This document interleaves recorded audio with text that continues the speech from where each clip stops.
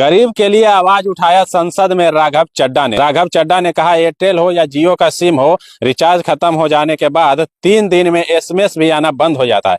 मजबूरी में गरीब को भी रिचार्ज करवाना पड़ जाता है। तो राघव चड्ढा ने कहा इस नियम को बंद हो जाना चाहिए। आप लोग क्या कहते हैं, कमेंट में जरूर बताइए।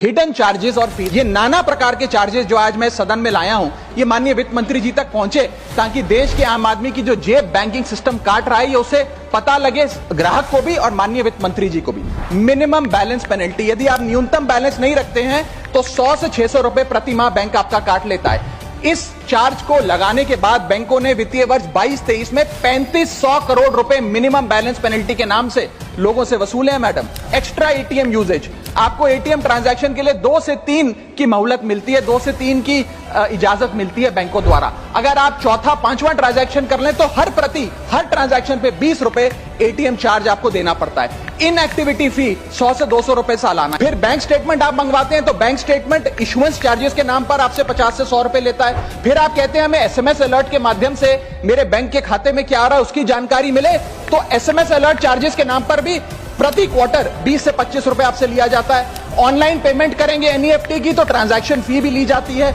जबरदस्ती आपको पहले लोन बेचते हैं और फिर उसके बाद लोन प्रोसेसिंग फी के नाम पर 1 से 3% लोन अमाउंट का काट लेते हैं। साधारण सा सिग्नेचर बदलवाना हो, नॉमिनी की डिटेल्स बदलवानी हो, उस चेंज पर भी 200 रुपए प्रति ट्रांजैक्शन के नाम पे बैंक आपसे पैसा वसूलता है। और डिमांड ड्राफ्ट पे ऑर्डर बनाने जाएं तो 100 से 200 रुपए प्रति डिमांड ड्राफ्ट आपसे पैसा वसूलता ही वसूलता है। यानी कि कस्टमर्स की जेब काटी जा रही है और कस्टमर्स को पता भी नहीं लगता।